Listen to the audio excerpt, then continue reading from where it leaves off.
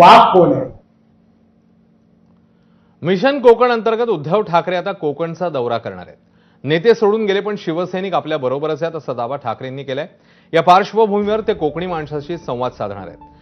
पण त्यांच्या या कोकण दौऱ्यावर भाजप खासदार नारायण राणेंनी टीका केली आहे. उद्धव ठाकरेंनी कोकणसाठी काय केलंय असा सवाल विचारत ठाकरे हे कोकणात फक्त कोंबडी वडे आणि मासे खाण्यासाठी येतात असा आरोप राणेंनी केला. त्यांच्या या आरोपाला ठाकरे पक्षाचे नेते विनायक राऊत यांनी प्रत्युत्तर दिलंय. कोकणात येणार आहे ना खालून वरपर्यंत काम करायला.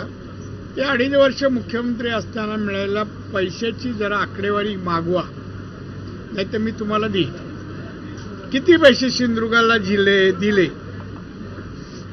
मग कळेल काय कोकणाला अधिकार आहे बोलायचा आणि यायचा. मी सगळ्या हॉटेलवाल्यांना सांगितलं कोंबडी वडे आणि मासे बंद, ज्याशी येईल त्या दिवशी. दुसरं काय करत नाही, तेवढंच खायला येतो. उतरत्या वयामध्ये आहेत. आपल्या मराठीमध्ये साठी आणि बुद्धी नाठी म्हणतात, तसं त्यांचं झालेलं आहे. आम्हाला कोणाला त्याचा फरक नाही पडलेला आहे. परंतु कोंबडी वडे केवळ हॉटेलच मध्येच मिळतात असं नाही, तर कोकणातल्या प्रत्येक घरामध्ये कोंबडी वडे मिळतात. आणि ह्या कोंबडी चोरांना कोंबडी वड्याचं महत्व काय ते काय कळणार नाही आहे. पण इथल्या कोकणातला माणूस आणि उद्धवजी ठाकरे किंवा मातोश्री यांचं जे नातं आहे या कोंबडी वड्यावर नव्हे, पण उद्धवजी जे येतील ते कोंबडी चोरांना गाडण्यासाठी येतील.